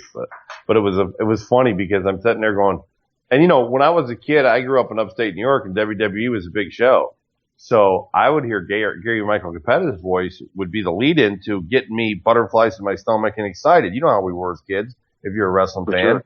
I mean, you know, you heard that guy's voice and you were like, yes. And so when I told him, I said, when I heard your voice, I got excited. He goes, I don't know about that. I go, no, you don't understand. You were the lead in to what I loved as a kid. So when I heard your voice, I got excited. I got butterflies. I didn't know who I was going to see next. And he's like, dang. Now he's going to be a guest on the show. How am I ever going to face him? Yeah, hey, Q. That'd be awesome to have him on. Yeah, Will. Now I gotta ask you this, and I've seen it. I've seen your post because, of course, I belong to like the most exclusive club on Facebook, Cue Ball's Corner Pocket. But I've got to ask you because I said I wasn't going to like voice my opinion until the show. This video of this little invisible choke slam going around, has created so much anguish and grief on social media and stuff. Even though the clip is years and years old and everything. What's your opinion about spots like that? And you know, at your car where the guy reaches a hand in one curtain and smash a guy, stand in front of another curtain and stuff. What's your opinion about spots like that? Here's what I said. I said, two skinny maggots making a mockery of what I've spent the better part of my life trying to improve and do. So I took it very personal, but then I said, I got to let it go because that's the kind of stuff as a veteran and things that will eat you up. You know, I was having a conversation with Lou Marconi at my house the other day. And he's going over the Joey Ryan spot. I said, brother, live in a bubble. Insulate yourself. If that bothers you, shut it out. Don't absorb it. Let it in. You know, I got to keep that stuff out. That's not in the bubble of my wrestling school. It's not in the bubble of my promotion. It's not in the bubble of my friends. I think all my friends don't like that, don't approve of it. It pisses them off because, you know, I mean, I'm 55, but I've been in wrestling for 33 years. That means I've been in wrestling more than I've been alive before wrestling.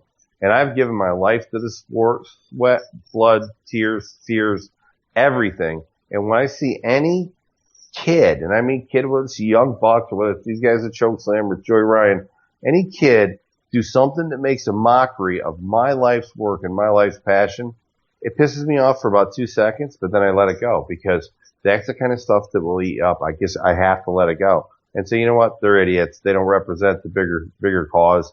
I look at guys like you guys, my contemporaries. I look at guys like Bill Eadie, who taught me a lot, Bundy and Iron Sheik. And, you know, I think about that stuff and I get out of it and I go back in my bubble.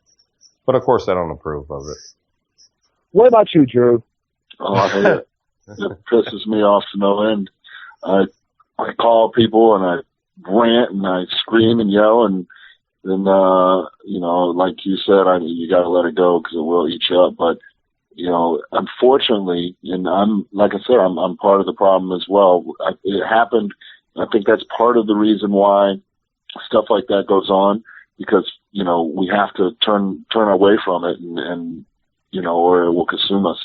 And then, you know, there's a group of people that like it, unfortunately. And for those little group of people that like it, they continue to do it and miss the big picture of the people who want to see true pro wrestling. Right, and there's people like being crapped on during sex, but it isn't us. So, you know, to each his own. I'm not picking on Jimmy Valiant, by the way. But here's and I asked y'all this question because I you know, that little conversations and stuff. When it was brought up, I was going to wait to voice my opinion. The way I feel about it, you know, and I've read what you've had to say, Q, and you, Drew, and a bunch of other guys, and I feel that it's our fault as wrestlers that spots like that happen. We can't blame the fans, and we can't blame the guys that actually do it. I feel that if there is somebody on the card who knows better, somebody who takes this business very seriously, who eats right, who trains, who goes to the gym and stuff, does everything that you're supposed to do to get to the next level, we are responsible to either A, pull these guys to the side and say, hey, look, I understand that this is kind of your thing, whatever, but I don't appreciate it. I think that it's hokey. I think that when you do stuff like that, with this big 6'8" guy does a choke slam, you know, it doesn't have as much impact as it should have. And I think that we should also talk to the promoters who book these guys and say, hey, if you're going to book this kind of stuff in your show, I want no part of it. Kind of like, Q-Ball, what you said, the whole policing thing. I think that a lot of times on social media, a lot of us don't want to be considered bad guys or troublemakers, so we don't call people out. We'll make, subliminal posts about things and stuff, and we don't call out the actual guys who do it or the promoters who are booking them and saying, hey, can we not work for these guys? If they're going to make a mockery of what we do and make it seem like, any kid can do this, we shouldn't work for them.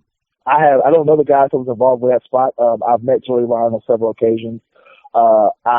In my opinion, the whole penis spot is, and this sounds funny coming from somebody who wears spandex and stuff, and you guys can probably feel me on this. I think it's very inappropriate. The other thing with that, Will, if you're going to lose a penis spot, lose it to a brother, not another white guy. Exactly. You know what I'm saying? Like, we all know white. Come on now, white guys. They're always stealing our shit, man. They're always stealing our shit. Well, that's I was going to bring that up. Why is Q-Ball Carmichael and Zane Paisley introduced before either Drew Skills or Will Huckabee? I think there's a conspiracy here, and me being a true Jackson and 132nd Negro, I'm upset about it. It's Killer Kev. He did it. I think that the penis spot is completely inappropriate. I go to great lengths to make sure that when I'm wearing my gear and stuff, that my package is not bulging out. Because I don't want some little kid, some little kid looking at it like that way. You know what I'm saying? Yeah, and that's not easy for you to do. Yeah, and I don't want to draw attention to that area. Like I told my wife, is like when I'm out there wrestling, I want to kind of look like a Ken doll. I know there's some guys who want to go out there and have their package showing so they can get a rat or whatever later on that night. But when there's kids in the show and stuff, you got guys grabbing other guys' junk and stuff. When I was a kid, I used to mock all the stuff I saw on wrestling shows. Put somebody in the figure four or the elbow drop or whatever the case may be, the tongue and death grip. Are we going to start seeing little kids do the penis spot now when they're outside playing? Oh, God. You brought up a great point, Will. Oh, my God. I didn't even think about that, but you are exactly right. Oh. Exactly. Hold on. There's no place for it. Mute your computers while the gun goes off. Hold on. There's absolutely no place for it in a business. It's some of the same people that say that it's okay will be the same ones that critique somebody else for not applying a hold correctly. But then we'll justify a damn dick spot, or an invisible power bomb or a choke slam. That shit is ridiculous. I can't stand it. It's the same thing as watching a grown ass man forearm a 125-pound woman in the face 5 times and she don't bump. Right. That's ridiculous. And that's it. It makes a mockery of what we do. We try to make it as real as possible, to the point where I think everybody that was on the show tonight is probably maybe a little bit, I want to say firm or tight than other guys, because we know that, 8 feet away is the first row of fans and they can see everything. So we do what we do, to make it look realistic. And then this stuff happens and it makes a mockery of every match we've ever had where we've tried to make it look like it was a true contest between two athletes. And, to me, that's just, you just pissed on my personal space. And you know what? I don't take kindly to that. Like I said, I'll be first on the record. Joey Ryan comes to Buellville, I'm going to shoot him in the dick. 40 cal. Maybe I'll use my 12 gauge. I don't want to kill him. I won't use the 12 gauge. I'll use the 40 cal. I don't think Joey Ryan knows what Buellville is. I wish he did, brother. I wish he did. Vivid Entertainment might sue you. You're right. Vivid might pay for it. I don't know. They're a weird company. That's some crazy stuff. Well, guys, listen, we're about ready to wrap up for the night, I think, right? Oh, exactly.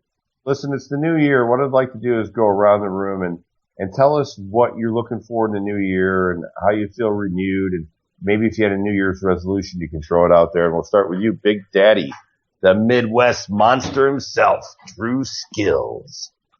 Man, I don't really have, I stopped doing resolutions a while ago because, you should make goals for yourself, when all the time, not necessarily just because it's a new calendar year. So I don't necessarily do the resolutions thing. But man, I feel like I had a really good year in 2015, and the goal, the plan is to have a much better year in 2016. I'm currently ranked in the top 10 in the world for the NWA World Heavyweight title, and just so happens to be that the world champion's coming to Indianapolis. So I plan on making some waves and getting some things done and having a huge year, wrestling some people I haven't wrestled before, going places I haven't been before, and just, keeping everything moving in the right direction. Do me one more favor. Beat up Rob Conway one more time for me. I'll do it. Please. I love it. Will? Yeah, I'm kind of like Drew. I don't really have resolutions. But I guess the closest I would have to a resolution is I met my goal of gaining weight for bulking and stuff during the winter time. So now I'm, the toasty, huge 294 pounds right now.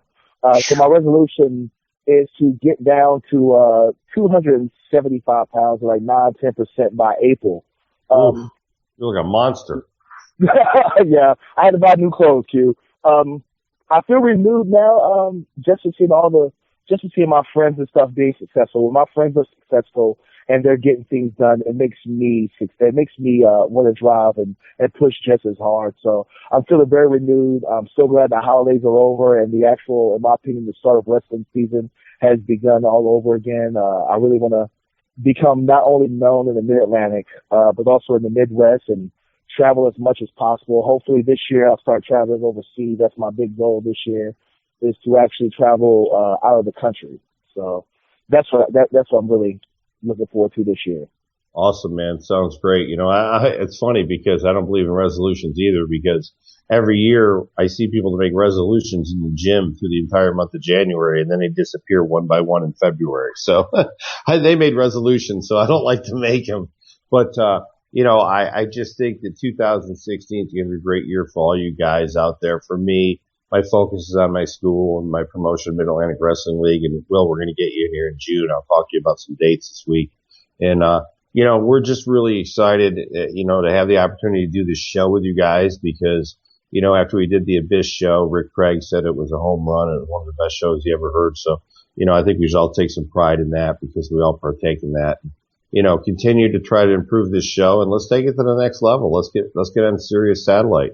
Let's take this thing where we can make some money at it. We can all make a few bucks when we do it because I think what we do, as I said earlier with Drew, is I think that we show love, respect, and brotherhood throughout the community of professional wrestlers, whether we have a big name on or an indie guy. The standard theme is we are letting people know that we are real people who work extremely hard to satisfy our fan base. There are no secrets anymore, unfortunately, but at least people can be resolute in knowing that we go out there and we put our necks on the line to entertain them.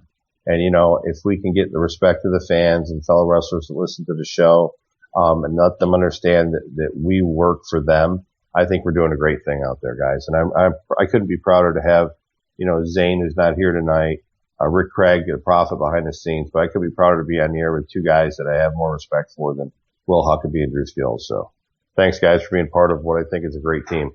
Thank you, man. I agree 100% with you. Beautiful. Aww. Let me find out cue ball's getting soft. No, never happened, brother. I will, try to shoot me across the ring and stop 2 steps into the shoot and watch me come back and take their head off. Oh. So, no, I'm not retired, but I'm retired in any show Will Huckabee's on because I don't want to get in there with him because he's a beast.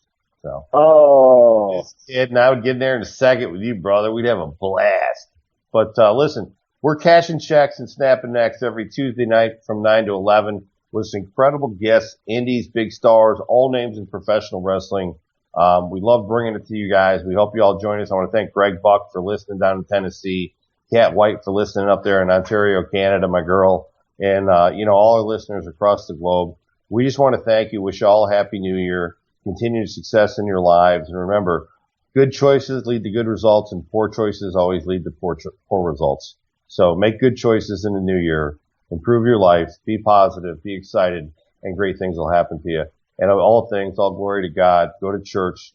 Pray a little bit and life will be better for everybody. Thank you, Angry Marks Podcast. Thank you, Angry Marks Podcast, for giving the Undisputed Wrestling Show a place to do our thing. We really appreciate it. Will Huckabee, good night. Drew Skills, good night. Killer Kev, bon voyage. And good night. before we get off the air, I just wanted to mention just real quick, speaking of new things coming into the new year, 2 changes that were going to be happening on the Angry Marks Podcast Network starting this week. First of all, we've got a new podcast joining the network, the Toothless Aggression Podcast, which is a new podcast that is going to be covering the WWE Ruthless Aggression era of wrestling from 2002 to 2007, covering the pay-per-views and all the big angles and storylines that happened on television during that time. New episodes should be coming here towards the end of the week, and we'll put those up every Saturday night. And then the other big change is where Q-Ball Carmichael mentioned earlier, TNA Impact Wrestling is making its relaunch essentially tonight. As a matter of fact, it should be over here in just a couple of seconds. It goes on the air now every Tuesday night at 9 p.m. on Pop TV. You know, you should put that on DVR so you can listen to the Undisputed Wrestling Show live. But after that, we will be presenting the Impact Implosion with Seth Draken and Mike Poulin. We start recording that podcast next. So every Tuesday night, beautiful, Wednesday morning, you'll be able to catch up on everything in TNA Impact. And, you know, you can feel the improvement that, and the influence that Shane Helms has had since he's been down there. And, you know, Pop used to be the TV Guide Network, but since there's cable with a guide, you don't need the TV Guide Network. So it's Pop. Pretty much every cable system in America gets it. Go check it out. Support TNA because God bless them. They're still trying to run a wrestling show. So. Yeah. And go get a subscription to New Japan World at njpwworld.com, 999 yen, or as of last night, $8.33 a month to watch not only Wrestle Kingdom 10, but all the house shows that they do and the entire archive of New Japan Pro Wrestling going all the way back to 1972. Wow. Awesome. You know what? And you know what? For God's sakes, follow Drew Skills on social media. Jesus. Twitter at Drew Skills. Drew Skills 1 on Instagram. Yeah. I need that pro wrestling t-shirt, baby. Yes, please, right. please support the poor suffering Drew Skills. Keep him in your prayers and buy a t-shirt. That's right. Don't forget Q-Ball 469 at Twitter. It's not a sexual reference. It's one of the first years I was ranked in the PWI 500. So there you go. Q-Ball Carmichael at Facebook. Have a good night. Will Huckabee, plug it. You know, I was going to say follow me on social media and stuff, but I'm not begging for follows like some losers. So I'll see you guys next week. Sounds good, brother. We'll talk to you if I don't see you before then. And I guess I'll finish out plugs. Visit Undisputed Wrestling Show online at the undisputedwrestlingshow.weebly.com. You can get a lineup of all the guests that are coming on to the Angry Marks Podcast Network for the Undisputed Wrestling Show. Also go to AngryMarks.com where you can check out every recap we do for all the pro wrestling shows. You can read the reviews. You can get the latest news. Just everything. Right. That's right, Killer Kevin. I tell everybody this. If you want to see the worst in professional wrestling, you go somewhere else. You want to see the best of professional wrestling and brotherhood, you come to the Undisputed Wrestling Show at the Angry Marks Podcast Network, because that's where it's happening at. And speaking of next week's guest, first hour we have Sam Houston lined up. Second hour we have AIWF's Matt Classic. Beautiful. Love them both. Sam Houston came all the way from Canada to go to the Buddy Landell Memorial Cup. So a lot of respect for Sam. So can't wait to talk to him. And then get your history books out or whatever you need to coming up in the next couple of weeks. We've got Pitbull Gary Wolf coming up. And rounding out the end of the month, we are going to have Stevie Ray. Oh, yeah. Yeah, baby. Beautiful thing. Wrestled Gary Wolf many times. Can't wait to have him on the show, brother. Beautiful. Have a great week, guys. We'll talk next Tuesday. Until then, we're cashing checks and snapping necks on the Undisputed Wrestling Show at the Angry Marks Podcast Network. Get on with it. Yeah.